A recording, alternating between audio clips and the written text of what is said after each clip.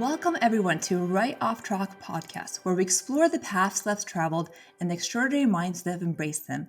Today, we have the privilege of diving deep into the world of mental fitness and reflective questioning with the remarkable Marc Champagne. Marc unpacks the mental fitness practices and reflective questions that have shaped the lives of some of the most successful and brilliant thinkers in the world. As the author of the best-selling book, Personal Socrates, he delves into the power of pointed questions that stimulate our mental fitness, helping us direct our internal narrative to work for us instead of against us.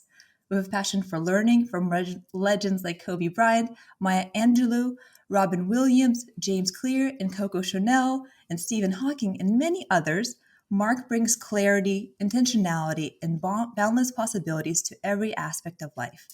As the host of the top 50 ranked podcast Behind the Human, Marc explores the human stories behind success, inspiration, and growth. He's also a co-founder of the journaling app Keo, which has reached a staggering 86.9 million people without any paid advertising. With over a decade of studying mental fitness practices, Marc consults with Fortune 500 companies as a mental fitness strategist and practitioner, helping individuals and organizations unlock their full potential. As he profoundly states, we are all one question away from a completely different life.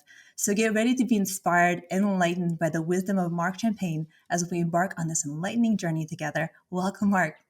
Well, thank you so much. I'm excited to be here. My pleasure. This is so exciting. And how we met is from the Changing Work Initiative, which we're a part of on LinkedIn, which is part of businesses and entrepreneurs who embrace mindfulness and having a positive purpose in the world. And I saw you on there. I was like, I need to connect. You have this amazing story. I was like, what is mental fitness? I heard about the other kind of fitness, but I feel like we don't talk about the other mental side of it. So tell us more about what is mental fitness and how did you get on this awesome journey? Oh, thank you. Thank you. Yeah. And it's a shout out to any of the Changing Work members or crew listening. I think it's such an important movement because, as and we both work for pretty large organizations, there's not that many people championing this kind of work within organizations and teams, and which kind of dovetails into how I see mental fitness. And it's just really anything that we do to train our minds to work for us instead of against us, which of course affects everything that we do, including the work that we do. And even, what you alluded to about physical fitness, it's our minds that tells us to go to the gym or to go for a run or to pick up the healthy alternative versus the quick and convenient kind of unhealthy. It always starts and stops in our minds. So for me, it's just the mission of the work that I'm doing, and I think the reason that I'm here is just to provide practical access to the practices, to the concepts, the perspectives, because they're available to all of us at any moment. And most people just have no idea that these things exist. I mean, I was part of that group as well. And we don't have to go on a 14-day silent retreat. That's great, but we can do some quick things literally in the moment to ensure our minds are feeling good and performing in a way that, we desire. I love that. And I prepped you a little bit, but you didn't have a lot of time before this. So, one question that you like to do on your podcast is, who are you? Which I Yes. love that because oftentimes, like you mentioned, we say, well, I work on such and such company. We equate that to this is who you are, but that's not really all of us. So, I'd love to ask you, who are you? Yes, I thank you. I mean, I've been asked this a couple times, and I like it each time for two reasons. One, we're always evolving, so that the answer sometimes, just the details typically shift. Like the fundamentals for the most part do stay fairly consistent, unless we go through a massive change in our lives. Um, and then secondly, it never gets easier to answer that question. It is, and it's a bit of a taste of my own medicine, obviously. I mean, asked over, I guess, 300 people now at this point that question. So for me, the as it feels right now, or what intuitively feels right now, is I'm just a curious human being that has curiosity around, of course, personal development and growth, but then also just trying to seek different paths and avenues to whether it's business or messaging to get kind of this work out there or interviewing people and just following that thread of curiosity because what this journey has gifted me over the last decade or so is just the byproduct of curiosity, which leads to you can't even predict what can come out of that. We all set these plans and whatnot, or many of us do, I should say, like, hey, I'm heading in this direction, and this is what I'd like to do. And typically, when we go down the path and just really start to ask questions and are curious, then there's just whole other avenues and opportunities that start to surface. So for me, it's just living in that excitement of the curiosity and also really doing everything possible to just be present in the day to day and when I'm with my kids and when I'm with myself or working on something because it's just that's you look at any of the teachings and it all somehow comes back to presence and awareness. No matter what you follow, that's usually the fundamental, I guess you can say, truth. So, yeah, long-winded answer to basically I could have said I'm curious and present, or I do my best to be curious and present. No, that's one of I hope some of your guests maybe listening to this chuckled a little bit, having you Exactly. Be address it. like, gotcha. But I appreciate you sharing that. And if it's okay, I was reflecting on that question in the moment to trying to be authentic. I think if I was to be asked, who am I? Recently, it's about, I see myself as being a human connector. For some reason, Sure. I'm just finding these opportunities like, oh, you know what? I'm doing a lot of networking. Like, hey, how can I connect you, one human being who is awesome, to this another amazing human being? And that just fills me up with joy and energy because there's Yeah, so many amazing humans who are doing something and they may not be aware of how another human being can help them grow for and sure. support their mission. And I just find so much beauty in that right now. And the curiosity also is there. So thank you Yeah. for sharing your side. Well, it's just such a beautiful exponential ripple effect to doing that. And like again, coming back to the unknown of you can't even imagine where that's going to lead, and that's kind of the beauty of those connections. Absolutely. And I know that when I invited to this podcast, I mentioned that my real passion is to inspire people by sharing their real stories. So not just Yeah. like, okay, Mark, look at all the amazing stuff he's done. He's written a book. He has these amazing guests. He's has it all figured out with his mental fitness. But I love to Yeah. share Okay. maybe the challenges along the way before that, because I know there were Yeah. some definitely some hard points along your journey that got you to where you are right now.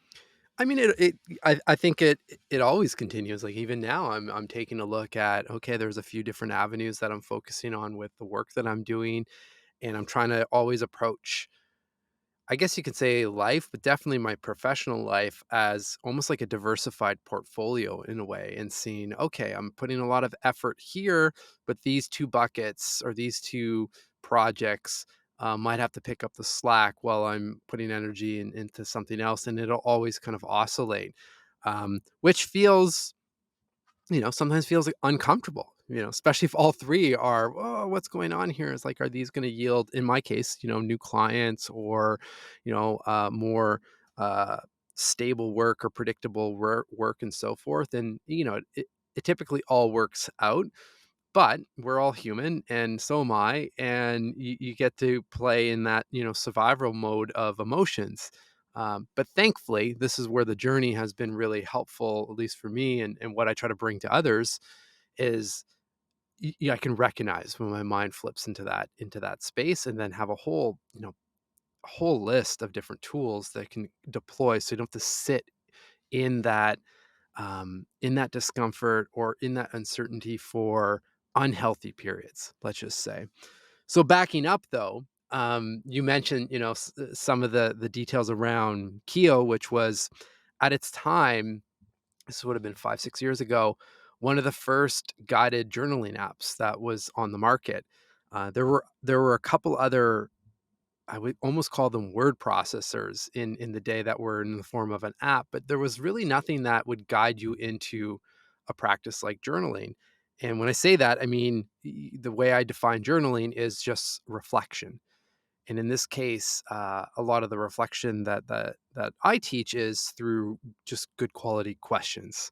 Of course, you can do free writing and just unload whatever's in your mind, or vision setting and start, to kind of live the path before it physically manifests, but just seeing it clearly. These are all different journaling methods, but questions are the things that typically give us the pause and perspective shift that many of us need.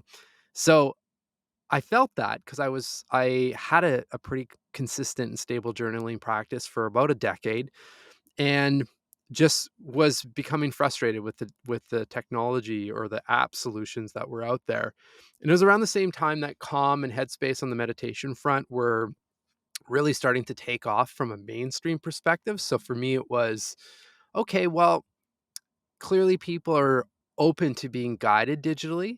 And again, there's nothing in this space. Why don't we create something? And we did that, and I say I did that with my brother-in-law. He was the co-founder of the app, and we set off to do it, and we did. We launched it. As you mentioned, we reached 86.9 million people. Those are App Store impressions, and had hundreds of thousands of people using the app on a pretty consistent basis. But the revenue model wasn't working, and the conversion model wasn't working, and we as we know now, I mean, we knew this before too, but like we weren't app developers, and there were some fundamental flaws with the app. I mean, we created it for me essentially, and I knew how to use it quite well, and I knew where to go. I looked at a lot of mock-ups and whatnot, but the average user would come in and come out pretty fast as well, and there was some confusion. So what's the hardest part, even just thinking about that in retrospect, I have no doubt that we could have solved for that. But in that moment, there were a couple confounding factors that just didn't allow us to continue. And one, we were financially strapped, which is probably no surprise to people listening. Probably three things. Two, mentally, I started to feel like a hypocrite because here I am being interviewed about this app and talking to a bunch of different people about the power of mental fitness. And I'm definitely, stressed to the max and am just hanging on. And the third factor was my now 7-year-old was 2 at that time. And I couldn't help but think, as parents, because my wife and I were going through this in different perspectives, but we're definitely going through it together. Like, can he feel the tension, especially the financial tension in the home, even though we're doing everything as we could as parents. I mean, you're a mom as well. Like, they pick up on these things, and that was kind of the final straw for me. That what, I learned a lot. There's clearly a need for a product like this, or an interest, I should say. This may not be the avenue, at least for us right now, and we decided to shut it down, um, which was very hard because at that time that I was in this place of realizing, when I didn't even know this, but realizing that like this is the work that I'm meant to be doing. And I had come from the pharmaceutical industry before that, which taught me a lot about product management and whatnot. But also, while going through this journey, realized that I don't want to go back. I don't feel aligned with that industry anymore. And I like the idea of preventative mental fitness and everything for the mind. So now my backup plan is completely eliminated. Plus, at least on, in that moment, a plan forward in the industry that lights me up was also eliminated, leaving me I'd say for the first time feeling like I didn't have a plan forward and lost hope. And that's a tough place to be, um, even just day to day. Now, I'll pause there. Oh my gosh, that is so hard. And I appreciate you sharing it with so much vulnerability and openness, because I think it's important, again, to share things that we go through and then see where that can take us and the learnings. And that also success isn't this like straight path. And No. even even when things happen that go well, right? it can change. Yeah. And so, to your point, and what I'm excited to talk about, how do we build a foundation, especially mentally, that supports us no matter what happens? Because again, nothing is guaranteed. Your success isn't guaranteed. Even when you do get to a good place, something can change. So I love. I'm very curious to hear, like, what did you do then to overcome that? Because that could be such a setback for life. You're like, well, how do I go? I can imagine having a lot of self-doubt in the moment.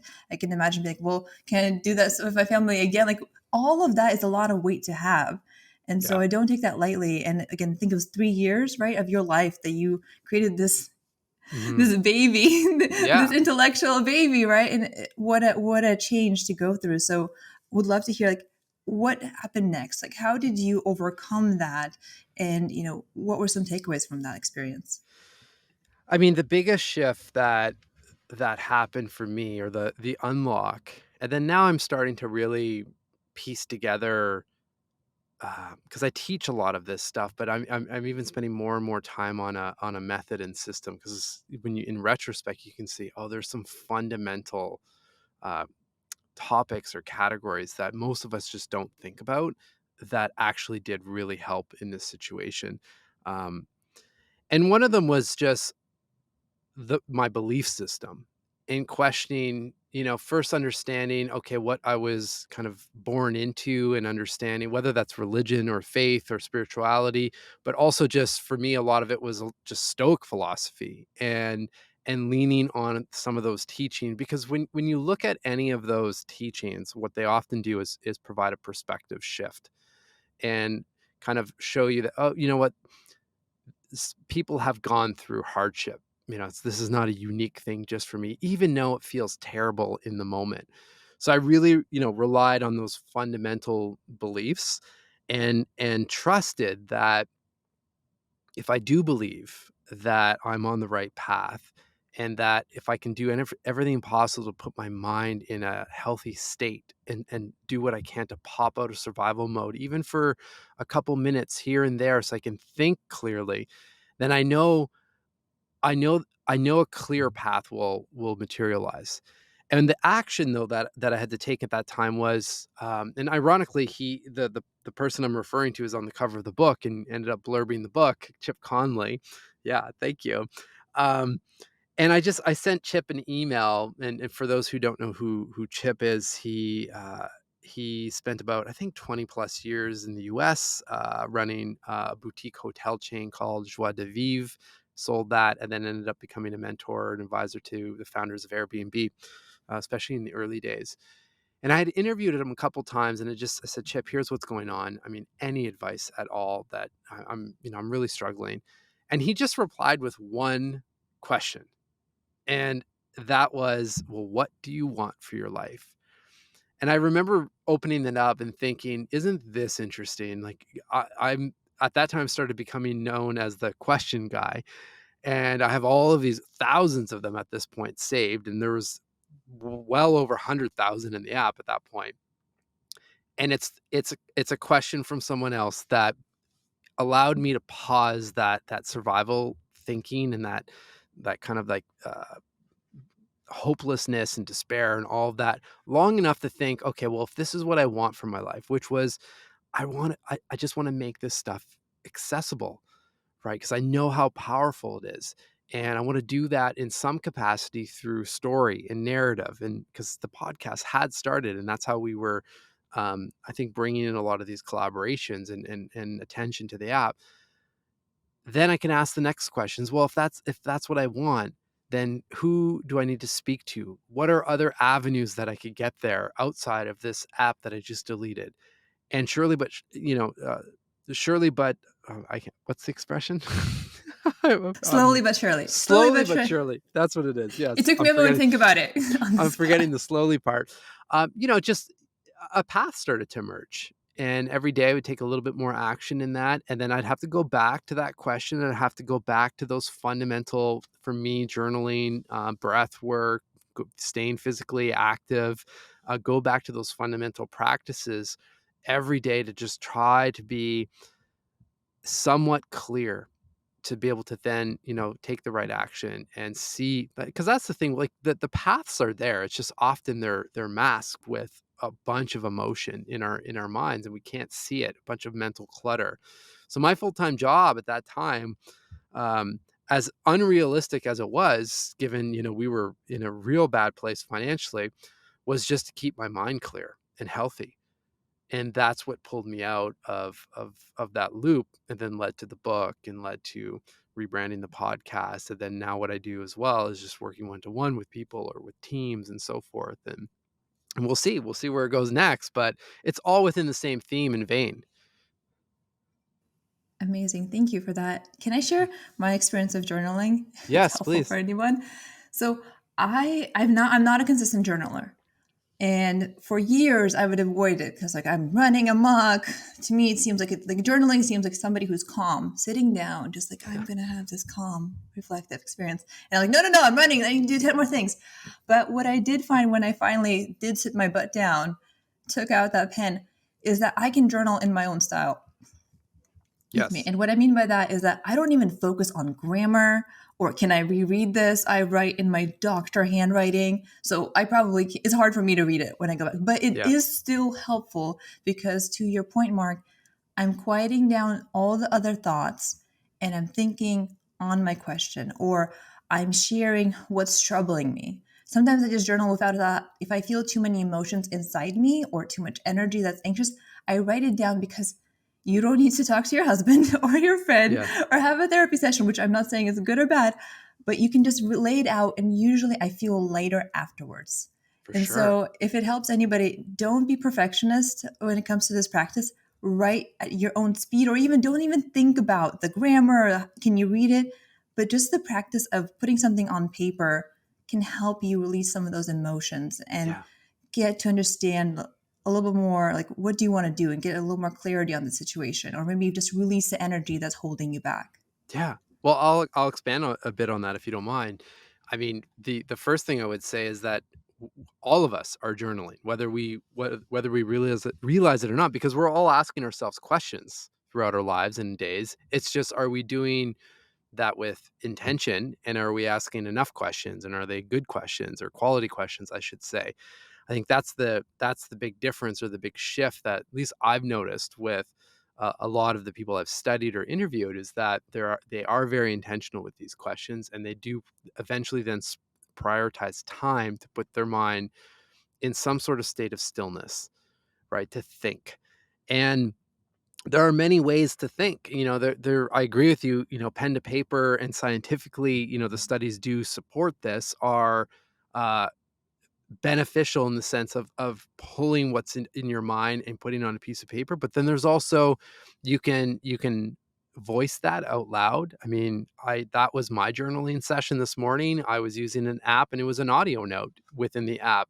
And there's something that is also really powerful with hearing your own voice as well, as you're, expressing whatever's going on, whether that is processing emotion, whether that's celebrating events, and you know, anchoring those moments of gratitude in your life, or just, and this is the one I probably use the most, like kind of cleaning up a lot of clutter when it comes to decision making, or circumstances or opportunities. And it's just like, well, what is the path here? And often when we just zoom out, instead of, being really in the thick of things, and kind of zoom out 30, 40,000 feet, then you can just slow time down a little bit, and put together a little bit more of an intentional plan forward, and see things that you may be missing when you're just in it, right?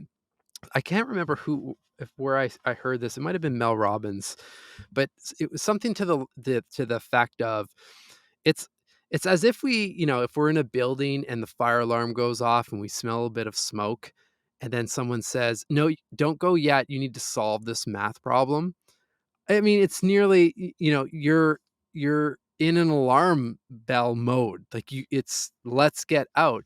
And we often are trying to think and come up with solutions in that mode in our minds all the time.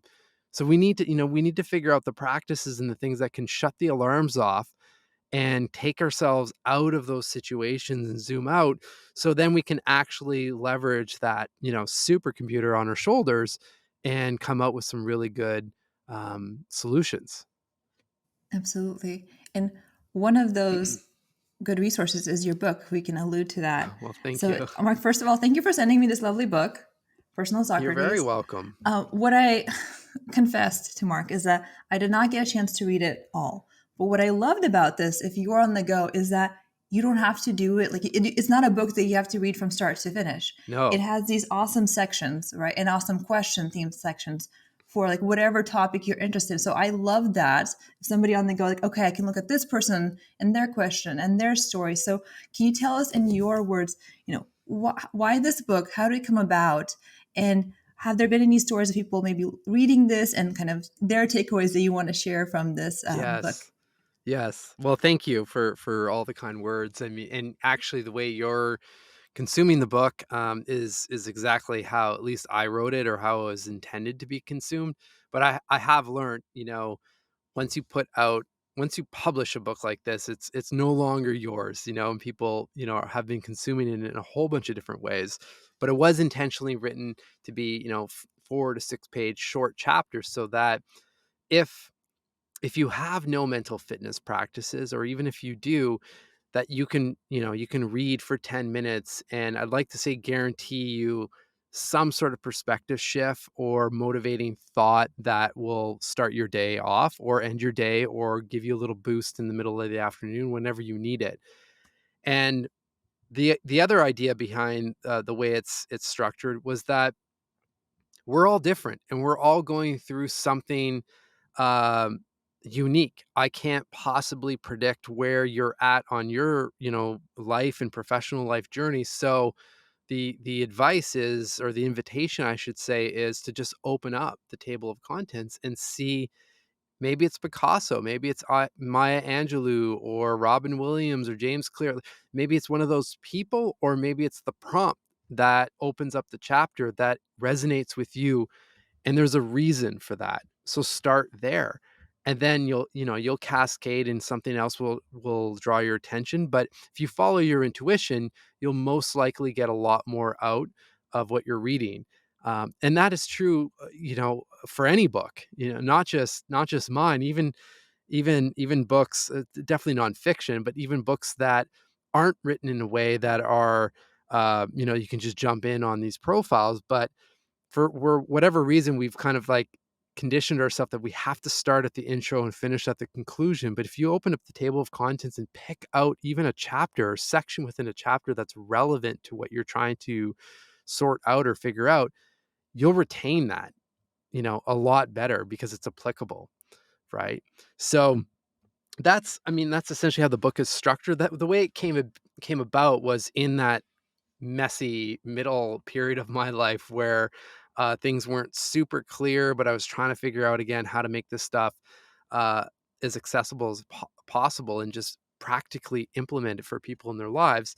And I was chatting about the concept with my now book publisher, but before that was someone, that Joey from Baron Fig, who I had reached out to for the app, because they make beautiful notebooks and journals, and we were looking for a print partner, because eventually one of the features in the roadmap was we would love to export people's journals if they would like that, and provide a beautiful printed physical product.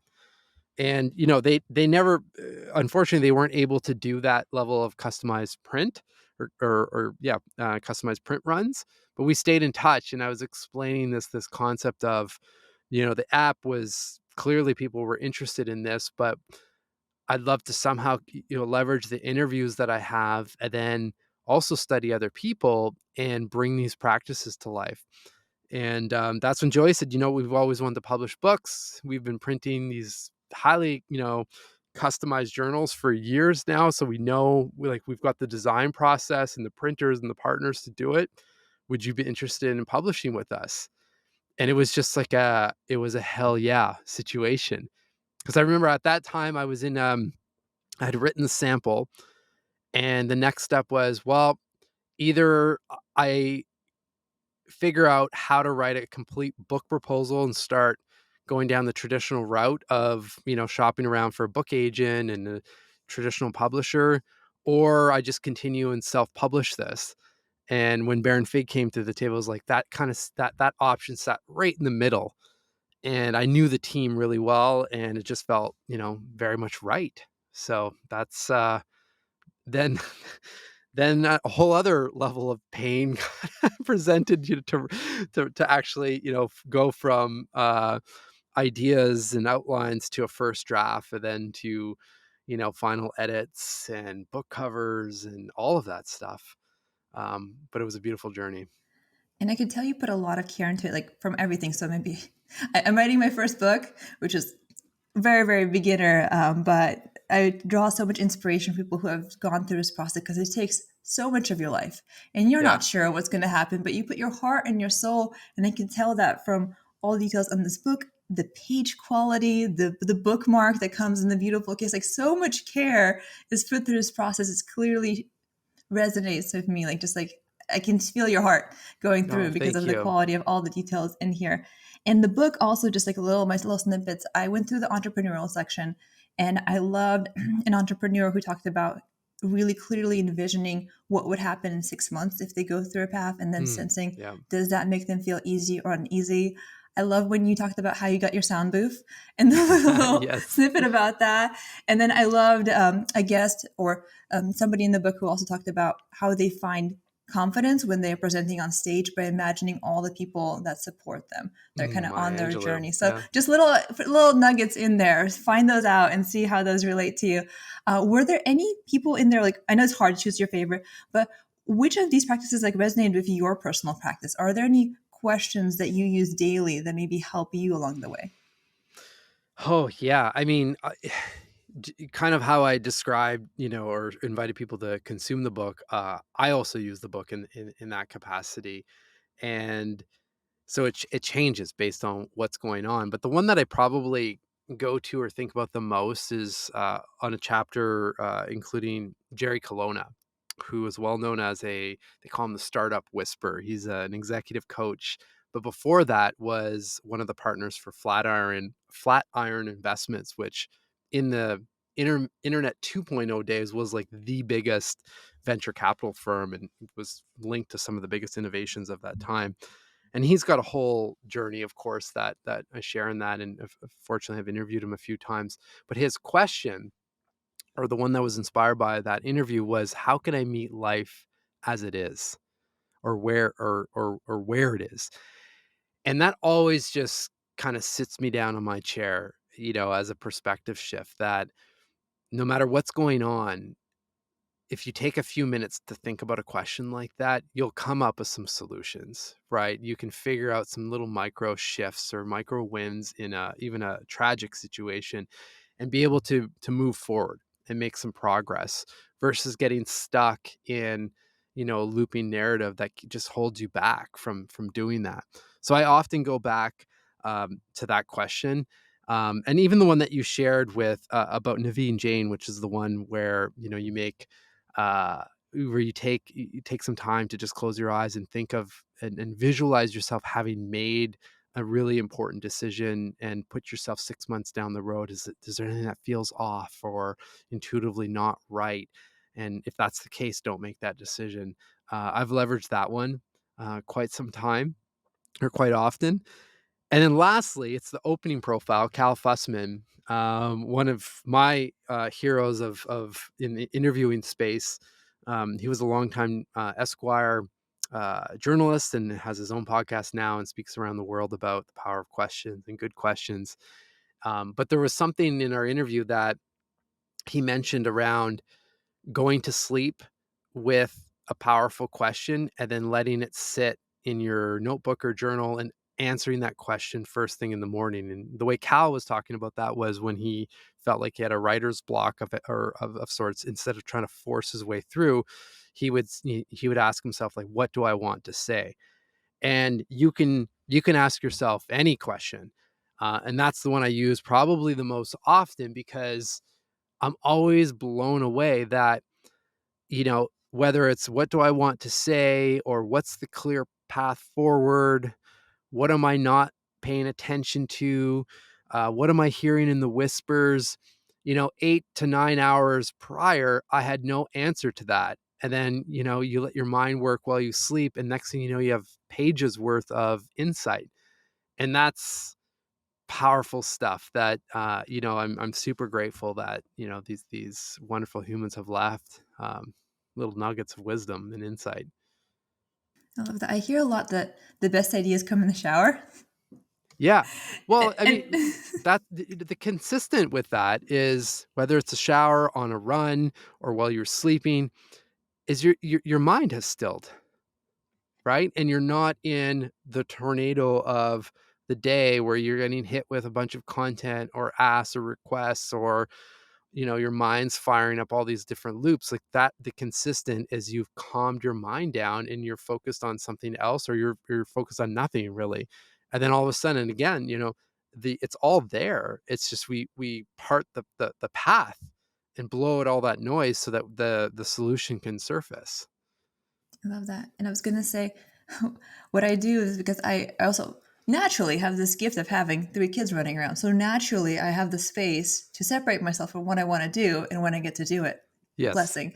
And so, Yes. because of that, I have a notebook or a sticky note, or even on my phone, I write down the ideas that just come in the moment. Like I have this maybe an idea of a project I want to start or a problem I want to solve. And then I give it space to your point, let's not force it because our brain doesn't work really well creatively when we try to force it. No. It's really much more of like, I'm going to do it on my own terms when it comes to it.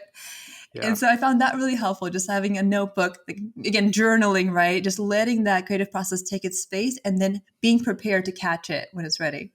Oh, I love that. Yeah. The catching it when you're ready is the key line there. And that you can apply for really anything. Right. It's just, it feels, I think the one thing that's important to note is it feels counterintuitive when you're in that moment, because we just live in a society that's conditioned for ultra productivity, and that we were taught that that's not how to be productive. Like we have to multitask, we have to do a bunch of things and check off a list of 12 different items to feel like we've accomplished something. But and this is where it's helped to study a lot of really fascinating humans and minds. That's the last thing they're doing.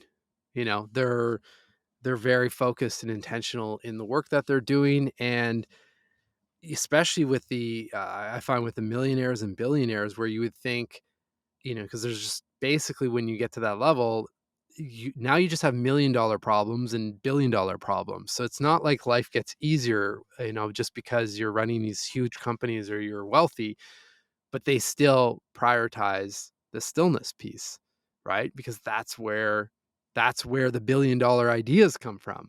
And that's where the direction is so clear, because it's just, we've all been there. When you're in a state of max stress, it's nearly impossible to feel like, okay, how, like, what is the path? What, or to feel like you're in flow and things are just moving seamlessly.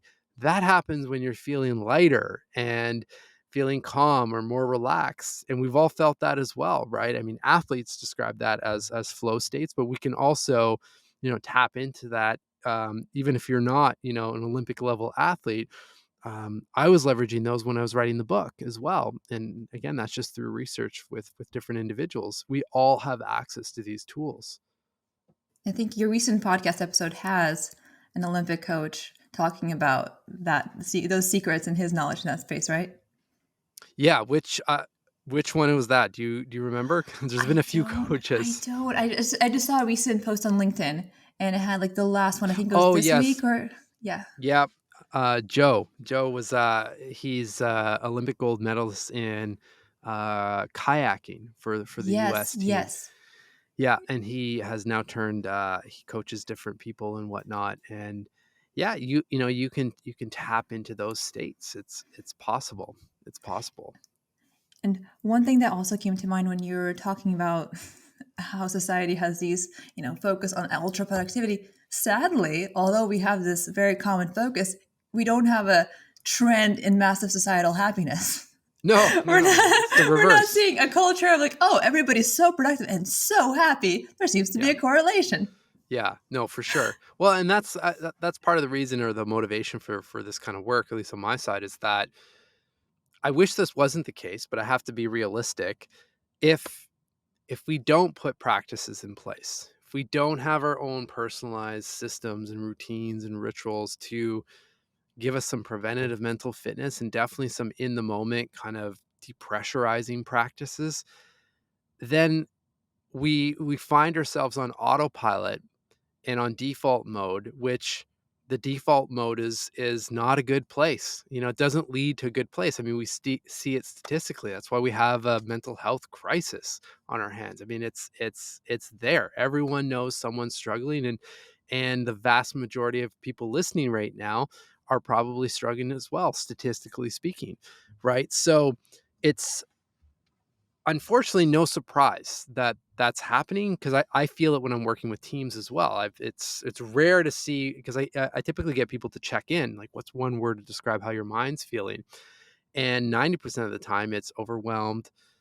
stressed, frazzled, at capacity. Like those are the words that I hear, and this is not some shameless plug, but I'll share this just because what I'm doing is not earth shattering. I mean, I'm not inventing the practices. I'm just curating questions and curating stories to make this stuff relatable.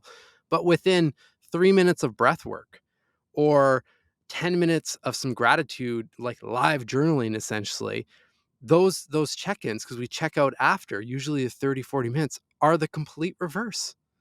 And I feel like everyone should have access to that. I mean, I'm only one person, of course, but this you can search these things. Like, what can I do to feel good?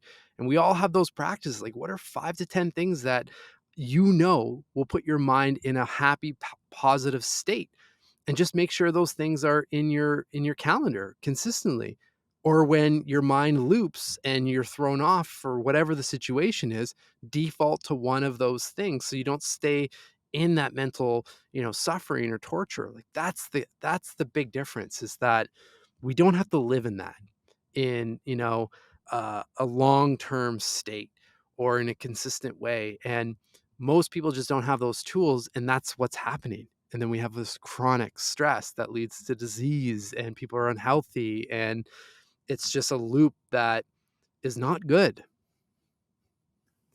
I know. I appreciate you bringing out some of those examples and actually wanted to dive into. So we want to give a foundation to people that gives them a different option to handle their stress, right? Yeah. And how I approach workouts, although I'm not consistent, is I think about, even if I don't want to do them, how will I feel afterwards? So I Yeah. think here is also, maybe if you're like, I'm really busy, I don't have time to this. Well, how are you going to feel afterwards? You're probably going to be actually better at what you want to do if you don't feel so frazzled. Yeah. And then if you're chasing your tail, feeling overwhelmed and just like, I guarantee you, in a clear state of mind where you're not motivated by fear, stress, your work output is going to be better. And you'll probably do something a lot faster than if you're trying to do it.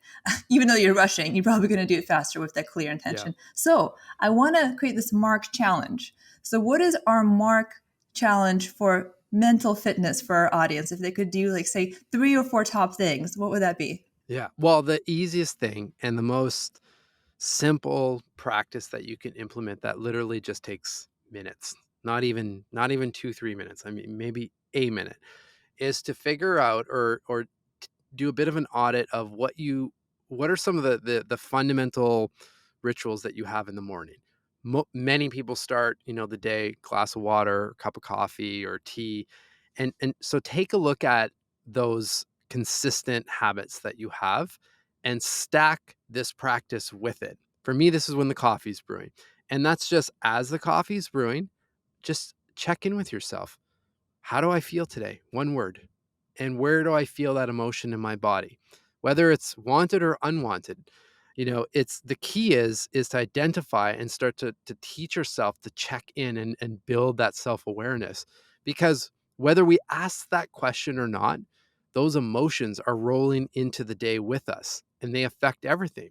So if you check in feeling anxious and you feel that in your chest, I mean, the follow-up question, well, what's fueling that anxiety? And can I cut the fuel source? And this takes literally a minute or less to self-identify that. And often just even drawing attention to where we feel that in our body releases that emotion and that pressure. But like I said, you can at least go a little bit further and say, okay, well, it's this thing or it's that person, and you can address it. What versus, rolling into the day or days and letting that stew and fester to the point where it becomes, oh, my shoulders are tight, or my back is off. I need a massage. That's usually coming from some sort of mental pressure or stress that started a while back and now is just physically manifesting, right? So that's one of the easiest ways to get going, and then just build the habit of checking in, and then you'll start checking in with yourself throughout the day as well. Like, oh, I feeling off here, or the reverse. I'm feeling great. Well, what's fueling that feeling of excitement, or if you're in a flow state, and make sure you have more of that built into your schedule moving forward, right? It's equally as important to look at the wanted and unwanted emotions. And then I think the big thing would be, I alluded to this, but I think it's important, repeating, is just to really figure out those activities or those practices that will put a smile on your face and make you feel good, so that you can lean on those things when you are hit with one of those life curveballs. And it can be a big thing, or it can be just the email that you got that, threw your mood off, and for whatever reason you read into it and there was an emotional response. You don't have to sit in that. You can, for me, it's 2 minutes of breath work, some sort of guided breath work, and I use an app called Othership to do that. Immediately resets my mind. Or a 10-minute walk after lunch without headphones or podcasts or audiobooks, and just being present with outside is another way to just reset your mind and start the afternoon with a fresh perspective. But these are personalized to what I know works for me. Mountain biking. I mean, I went for an early ride this morning, knowing that I had a lot of kind of creative work in the morning to do, and that I'd, with a 30-40 minute ride, would put me in a flow state while I was doing that. And I know that, that I'll see the benefits to that for up to 3 days after. So it's just being intentional with our time, um, and knowing, what's possible, right? And what works for us, just like physical exercise. Just because you don't like running doesn't rule out all of exercise. There's a million different things you can do. We need to find what works for us. I love that. So, Mark's mental fitness challenge, do at least one of those things, even if it's just a minute a day, and let us know how it affects you. And what's funny is that we always promote this fitness, fitness, fitness. But even if you are a pro athlete, your full day is not occupied with working out. But all No, day, what are we using? Like this, exactly. this is our. I'm pointing to my head. If you're not on YouTube, I'm pointing to my head.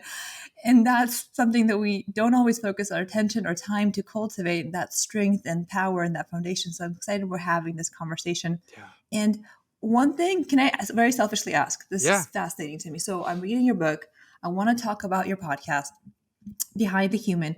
And I am just fascinated by the conversations you're having, by the guests that you're having, and selfishly, like, how do you cultivate that network? Because another thing that I think enriches our life is the people that are in it, the people that we get to interact with, the collaborations we get to have, right? Like all those people that empower our life through their inspiration, through their messages. If we get to work with them, that's even more amazing. So I'm curious, like, how did you cultivate this amazing network? And do you have advice for people who are like, how do I do that? I want to be inspired. I want to be working with people who are so amazing and collaborate with them, but I'm just not sure how to get there. Well, this kind of comes full circle to the opening question that you asked around who am I? And that's the curiosity piece. I've really have just followed my own curiosity from people that I may have heard interviewed on another show, and think, oh, they have such a fascinating story. Like, there's questions I would have liked to have asked based on the work that I do that were not asked on that show, and because of a whole bunch of different reasons. So then I'll just email them, or find a social media platform where, if it's someone that has a huge following, find the one that they're not inundated with messages, and put in the title that, hey, I listened to you on Rich Roll or on the Tim Ferriss show, and this point really resonated with. I'd love to go deeper in this topic. Would you be up for, an interview?"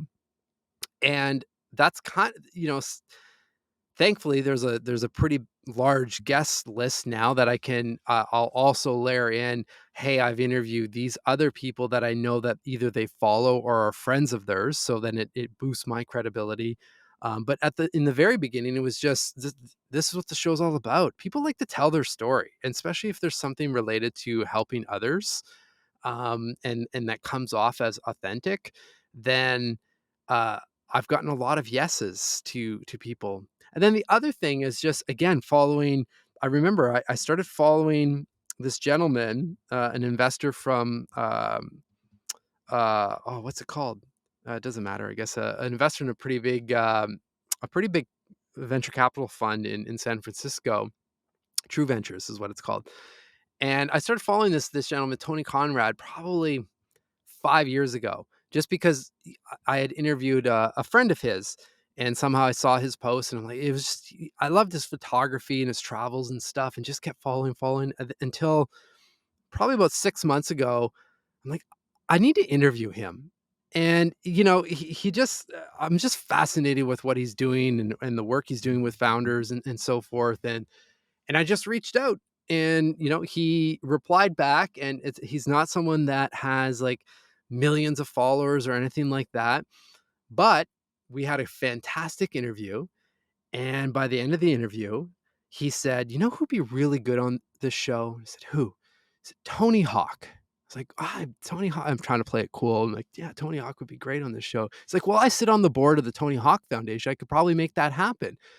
Sure. So, it hasn't happened yet. We're working on it. I mean, I'm in communication with his team, but I guess my point in sharing that story is, I didn't approach him. First of all, I didn't even know that. I didn't approach him to get to Tony Hawk. I was genuinely interested in this gentleman's story and what he was doing. And those are the ones that lead to really things you can't even imagine. If you're, again, approaching it from a curiosity mindset in an authentic way. So yeah, for anyone building their network, I mean, follow your curiosity, and show that you know who you're reaching out to and what they're working on, and just think from their perspective, especially if they have a large following, they're probably getting a lot of messages. So, how can you stand out of that and be a little bit unique in your approach? Ugh, I love that. I'm taking stuff away. Thank you so much. Like, genuinely love this because I'm starting out and I'm grateful for you to come in. And you know what changed with me doing this work is, like, I was out just the other night with my husband on a date, and we were out in the concert, and there were a bunch of people. Chateau Saint Michel in Woodinville. If you want a good wine or in show, check it out. Sure. But there are a bunch of people, and this work has made me think, like, what is that person's story? Yeah. You look at the people, and honestly, we don't know all the people who have amazing stories and people who are rich. Like, the world is so big that somebody might be a billionaire next to you, and you probably don't know it. And that's what sparks my curiosity. Like, what is that person's story? Instead of like judging people, like, what do they wear, or like, Yeah, are they like me? Like, what is that person's story? Is like where life gets really exciting and changes your perspective and how you approach others. Like, you can even disagree with them. You may not like what they're wearing. I don't care. But what is their story changes how you relate to them too. for sure. And it just opens up, I like what you said, that, even if you don't, necessarily relate or agree with everything they say, again, if we approach those conversations with a curious mind, then, we don't get stuck in this closed-minded loop, and we start to learn. Then who knows, you might come out of that conversation with a different perspective or something to research or look into, that, you've grown because of that. Absolutely. And I'm looking at the time. I want to make sure I Yeah. respect your your end time. So we talked about your book, Personal Socrates. We talk about your podcast, Behind the Human.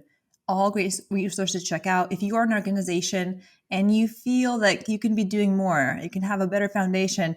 Mark also does organizational practices, so reach out to him. Is there anything else Yeah. that I can give you space to share? Anything we missed? I want to make sure we talk about everything Yeah, you want I to. I mean, I think that the main point is, we talked about a lot of different topics and provided some, suggested some practices and rituals and routines and whatnot. And the only other thing I'd say is, just for everyone listening, just approach this stuff with kindness towards yourself and without judgment. Because like anything, when you start something new, it's not always super comfortable. And especially when it comes to big questions like who are you or who are you striving to become, you might not like the answers. And it might be a bit scary to answer those questions. But if you answer them from a place of sincerity and without judgment, then it's just data and facts. And then you can take that information and start to craft habits and systems and processes and rituals and whatnot to help you micro adjust your path, right? And get you closer and closer to designing the life or the work that you really want to be doing. And it doesn't have to be, it doesn't always have to be this huge adjustment. Maybe it's just a small little course correction that leads you towards a little bit more alignment or whatever it is that you feel like you may be missing. Um, but it's hard to do that if we're being really critical of ourselves and judging past moves or past relationships or thoughts versus just being, this is what it is. And, I'm going to move forward and um, I have the tools and the capabilities and I can empower myself to do so. I love that. What a great takeaway. And can I just add to that my personal experience? When I start working with people right now and I ask for feedback, I tell them, I want you to be kind to me, not nice to me. Because there's a Mm, difference. Being kind means that you can tell me something hard because your intention is to help me. Being nice means I feel good about what I say because it doesn't offend you and we're all safe. sure. So I think that also relates to the compassion to yourself, where we think compassion is this soft, fluffy thing where it's not helpful because you have to be real, you have to be critical. But Yeah. really, compassion gives you the opportunity to be kind and still see the opportunities for growth and not debilitate your ability to act and come up. When we're strict and mean to ourselves and break ourselves, like, we didn't do this, you probably will delay your ability to pick yourself up and take action and proceed in a positive direction. Yeah. But when you're compassionate, you can be honest with yourself and kind and say, like, hey, you know what? That could have been better. But, I'm learning. So tomorrow I'm going to try a little bit better. And it doesn't give you this period of like self debilitating, like, ah. So Yeah. if that helps anyway, be kind to yourself and be kind to others. Well, can I leave 3 questions in relation to that? Yes, Okay. yes. So these are this is a practice that has really changed my life or definitely made it feel like Fridays are like PhD Fridays because on Fridays, usually around 3 p.m., there's a calendar invite to myself, 30 minutes. Takes a lot to move that. Definitely is never canceled and might get shifted around, but for the most part, it's pretty consistent. And I just asked 3 questions. One, what did I learn this week? And just pull up your calendar, see where you spent time, who you spoke to, what happened in the week, even your photos from the week. If you were at an event of some sort. What did I learn this week? What would I have changed this week? This relates to what you were saying, and answer that without some judgment, but just maybe I would have handled that conversation a bit differently, or I wouldn't have reacted in that moment towards myself, whatever the situation is. But just again, you're zooming out, you're out of the situation and zoomed out. And then always, always, always finish on a gratitude question, which is what can I celebrate about this week? And outside of the incredible insight and data you're going to get from just those questions and review, because we fly through the days of the week, right? It happens fast. It also serves as a beautiful bookend to the week and puts away typically work for the weekend, and then you can come into whether it's your friends, your family, and you're not stewing on things that have happened during the week or that you didn't process because you gave yourself a short window of time to just think about those things. And I find then you start on Monday really refreshed and ready to go. Oh, that was so beautiful, Mark. I'm so glad you shared that with us. That's such a powerful habit. I'm going to add it to my calendar for sure. Oh, and good. Yeah, it's been it's helpful on beautiful. this side. I love that. No, thank you for sharing. And there are so many more tips and tricks and quotes to check out of Mark. So please follow him. Where should people find you? How should people work with you? Yeah, I mean the easiest is just behindthehuman.com. That will lead people to the podcast, the book, the work that I'm doing, whether it's teams or one to one, or just to connect.